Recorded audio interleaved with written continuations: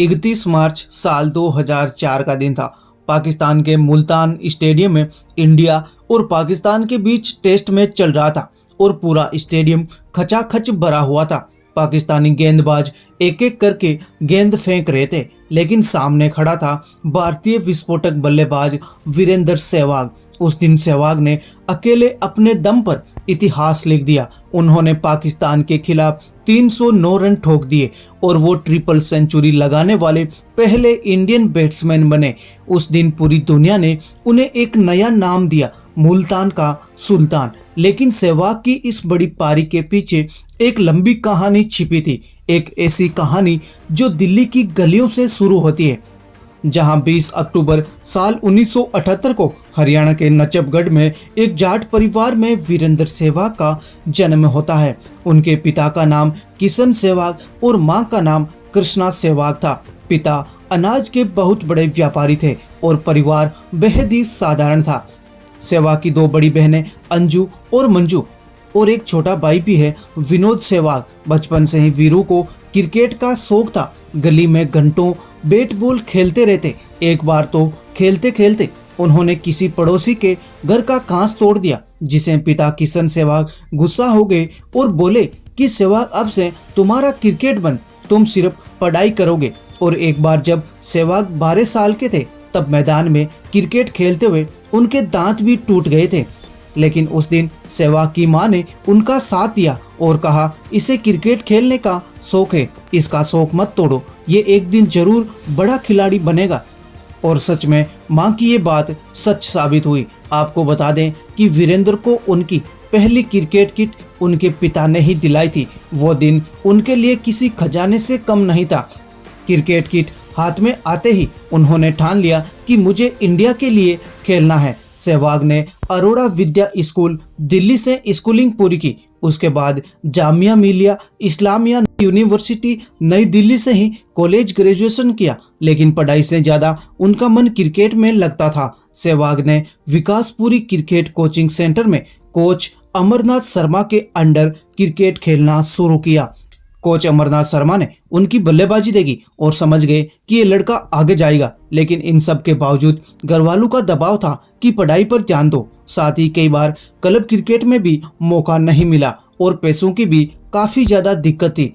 लेकिन वीरू ने हार नहीं मानी, दिन रात मेहनत की और अपने खेल को बेहतर बनाया। फिर साल 1997 और 98 में वीरेंद्र सहवाग ने दिल्ली की रणजी टीम से खेलना शुरू किया। उनकी बैटिंग देखकर सब हैरान हो गए। उनके शॉट्स, उनका खेल सबको सचिन तेंदुलकर की याद दिलाने लगे। दिल्ली की गलियों से लेकर रणजी ट्रॉफी में शानदार परफॉर्मेंस के चलते अब सहवाग की एंट्री टीम इंडिया में होने वाली थी। यानी कि वीरू अब नीली जर्सी में इंडिया के लिए खेलने को तैयार थे। 1 अप्रैल साल 1999 को सहवाग ने पाकिस्तान के खिलाफ अपना पहला वनडे डेब्यू किया। लेकिन किस्मत ने उनका स्वागत कुछ खास नहीं किया और वो महज 1 रन बनाकर आउट हो गए। पहले मैच में ही फेल होने के बाद कई लोग कहने लगे कि ये खिलाड़ी इंटरनेशनल लेवल के लायक नहीं। लेकिन वीरू ने ठान लिया कि उसे हार नहीं माननी है। उसके बाद साल 2001 में लगातार मेहनत करने के बाद सहवाग को टेस्ट क्रिकेट में मौका मिला। 3 नवंबर साल 2001 ब्लूमफॉन्टेन में साउथ अफ्रीका के अगेंस्ट उन्होंने अपना पहला टेस्ट मैच खेला और क्या पारी खेली। सामने दुनिया के तेज गेंदबाज एलन डोनाल्ड और मखाया एंटनी थे। लेकिन वीरू ने पहली ही टेस्ट इनिंग में 105 रन जड़ दिए, पहले ही टेस्ट में शतक। और यहीं से सबको समझ आ गया कि ये खिलाड़ी लंबे रेस का घोड़ा है। फिर इसी साल यानी 2001 में ही सहवाग ने श्रीलंका के खिलाफ अपना पहला वनडे शतक लगाया। लोग उन्हें देखकर कहते कि ये तो बिल्कुल सचिन तेंदुलकर जैसा खेलता है। सहवाग खुद भी सचिन को अपना आदर्श मानते थे। 2002 में इंग्लैंड दौरे पर टीम इंडिया ने नेट वेस्ट सीरीज खेली। यहीं से सहवाग टीम इंडिया के पक्के ओपनर बन गए। उनकी तेज शुरुआत ने टीम को नया जोश दिया। उसके बाद साल 2003 साउथ अफ्रीका में क्रिकेट वर्ल्ड कप हुआ। भारत फाइनल तक पहुंचा और इस सफर में सहवाग की भूमिका बड़ी थी। हालांकि भारत फाइनल नहीं जीत सका। फाइनल में भले ही ऑस्ट्रेलिया से हार मिली, लेकिन सहवाग ने टीम को संभाला और टीम के लिए 82 रन भी बनाए। 21 फरवरी 2003 सेंचुरियन में पाकिस्तान के खिलाफ मैच में सचिन और सहवाग की जोड़ी ने भारत को शानदार शुरुआत दी। इस टूर्नामेंट के बाद सबने मान लिया कि टीम इंडिया को एक नया विस्फोटक और आक्रामक ओपनर मिल गया। 1999 से 2003 के बीच ही सहवाग का खेल सबको समझ आ गया। वो गेंदबाजों पर शुरू से ही अटैक करते, चौके छक्के मारने से वो कभी नहीं डरते और उनके चेहरे पर दबाव तो कभी दिखता ही नहीं था। लोग कहते कि सहवाग बैटिंग नहीं करते बल्कि तूफान मचाते हैं। पहले मैच में 0 जैसे शुरुआत करने वाला ये छोरा अब टीम इंडिया का सबसे खतरनाक ओपनर बन चुका था, लेकिन असली तूफान अभी बाकी था। वो साल था 2004 और जगह थी पाकिस्तान का मुल्तान स्टेडियम। भारत और पाकिस्तान के बीच टेस्ट मैच चल रहा था। 28 मार्च 2004 वीरेंद्र सहवाग क्रीज पर उतरे। शुरुआत से ही उनके शॉट्स देखकर ऐसा लगा कि आज कुछ बड़ा होने वाला है और पाकिस्तानी गेंदबाज थे शोएब अख्तर, साकिब मुश्ताक और अब्दुल रजाक। पूरा पाकिस्तान उन गेंदबाजों की ताकत पर भरोसा कर रहा था, लेकिन सहवाग ने जैसे कसम खा रखी थी कि आज किसी भी गेंदबाज को नहीं छोड़ना है। उन्होंने चौके छक्कों की बरसात कर दी। एक एक करके सभी गेंदबाज बेबस दिखने लगे और फिर वो पल आया जब सहवाग ने 309 रन पूरे किए, यानी कि ट्रिपल सेंचुरी। भारत की तरफ से ऐसा करने वाले वो पहले इंडियन बैट्समैन बने और पूरा मैदान खड़ा हो गया। उनके साथी खिलाड़ी ताली बजाने लगे। उस दिन उन्हें एक नया नाम मिला, मुल्तान का सुल्तान। सहवाग की इस पारी ने सिर्फ भारत ही नहीं पूरी दुनिया को हिला दिया। अब सभी मान गए कि सहवाग कोई आम बल्लेबाज नहीं है बल्कि वो एक मैच विनर है। 2005 में कोलकाता के ईडन गार्डन में पाकिस्तान के खिलाफ टेस्ट खेला गया। सहवाग ने गांगुली के साथ मिलकर शानदार शुरुआत दी। उनकी बैटिंग देखकर ऑडियंस पागल हो गई। लोग कहते हैं कि जब वीरू खेलते हैं तो पूरा मैदान रोशन हो जाता है। साल 2006 कराची टेस्ट में भले ही भारत ये मैच हार गया था, लेकिन सहवाग की तेज पारी ने मैच में जान डाल दी थी। उन्होंने 250 प्लस रन की बड़ी ओपनिंग साझेदारी बनाई। साल 2007 में श्रीलंका और बांग्लादेश दौरे, इस समय तक सहवाग टीम इंडिया के सबसे भरोसेमंद ओपनर बन चुके थे। वो शुरुआत से ही रन बनाते और विरोधी टीम पर दबाव डालते। सहवाग के खेलने का अंदाज वाकई लाजवाब था। चौका मारना उनके लिए सिंगल लेने से आसान था। चाहे टेस्ट हो, वनडे या T20, उनकी बैटिंग का अंदाज एक जैसा ही था। सहवाग कहते हैं कि मैं गेंद देखता हूं और मारता हूं, हिसाब किताब लगाने का टाइम मेरे पास नहीं है। साल 2004 से 2007 तक वीरेंद्र सहवाग अपने करियर की ऊंचाई पर थे।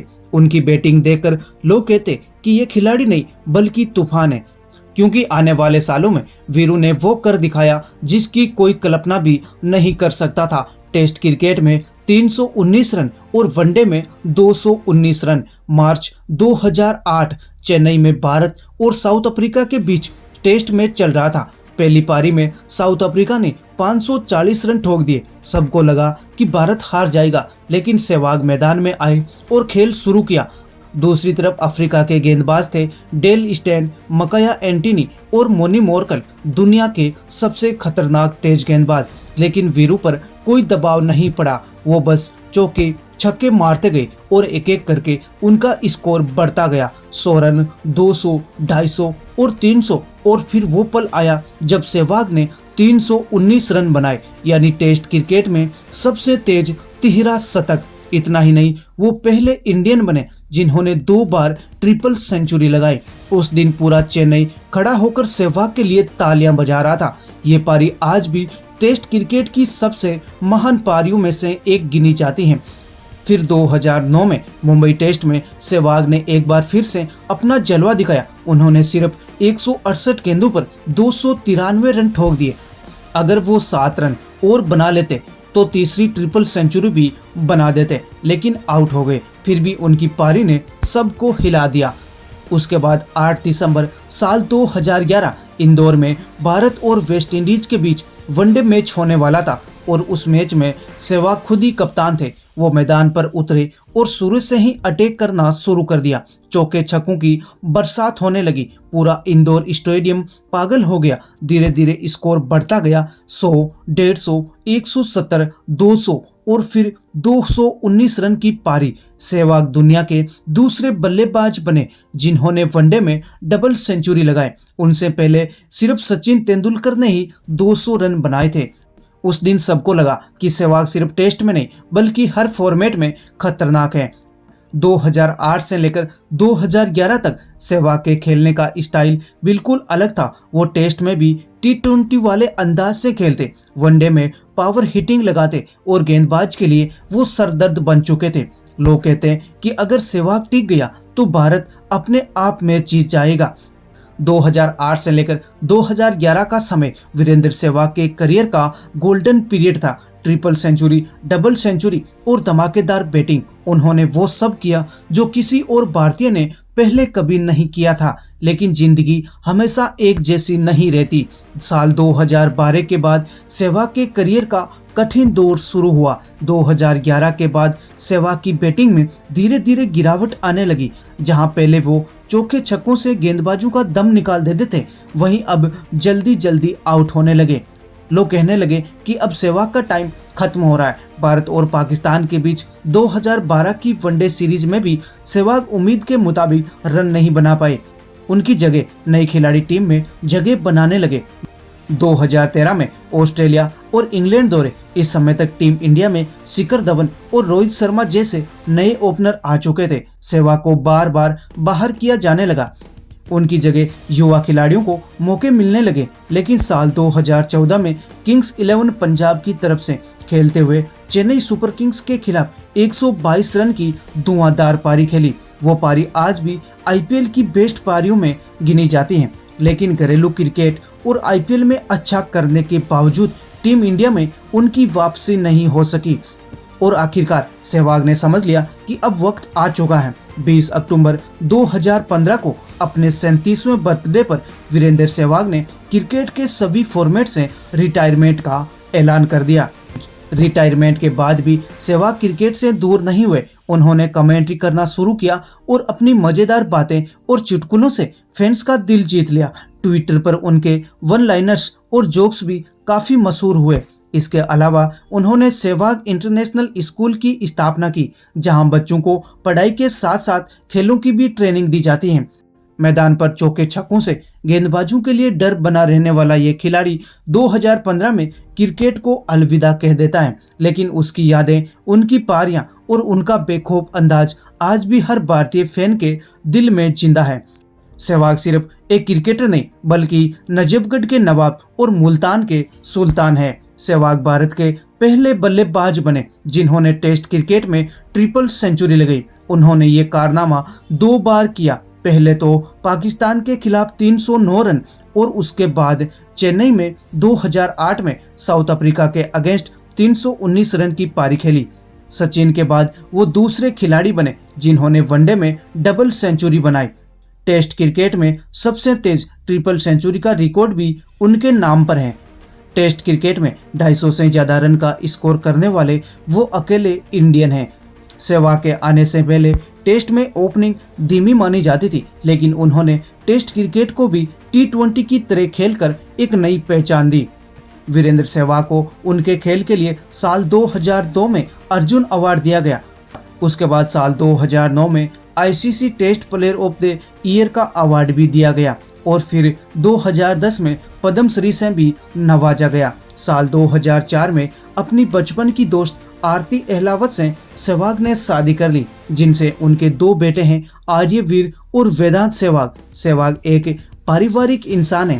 क्रिकेट से फुर्सत मिलते ही वो हमेशा परिवार के साथ वक्त बिताना पसंद करते हैं। सहवाग ने सहवाग इंटरनेशनल स्कूल की शुरुआत की, जहां बच्चों को पढ़ाई के साथ साथ खेलों पर भी जोर दिया जाता है। वो बतौर कमेंटर और एक्सपर्ट भी काफी मशहूर है।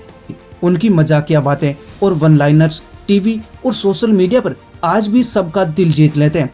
वीरेंद्र सहवाग सिर्फ एक खिलाड़ी नहीं बल्कि एक जज्बा थे। उन्होंने दिखाया कि क्रिकेट डर कर नहीं बल्कि खुलकर खेला जाता है। उनकी पारियां आज भी हर भारतीय को याद दिलाती हैं कि अगर इरादा पक्का हो और खेलने का मजा दिल से लिया जाए तो नामुमकिन कुछ भी नहीं है। वो आज भी नजफगढ़ का नवाब है और आज भी मुल्तान के सुल्तान हैं और हमेशा रहेंगे। तो दोस्तों, ये थी भारत के सबसे बेखौफ बल्लेबाज वीरेंद्र सहवाग की एक ऐसी कहानी जिसने हमें सिखाया कि जिंदगी में हमेशा सर उठा के जियो, चाहे फिर वो क्रिकेट हो या जिंदगी, हमेशा अपने दुश्मनों का डट कर मुकाबला करो। अगर ये वीडियो आपको पसंद आया तो इसे लाइक करें और चैनल को भी जरूर सब्सक्राइब कर लें ताकि आपको ऐसी ही बायोग्राफी देखने को और सुनने को मिलती रहे। तो चलिए मिलते हैं अगली किसी नेक्स्ट वीडियो में। तब तक के लिए जय हिंद, वंदे मातरम।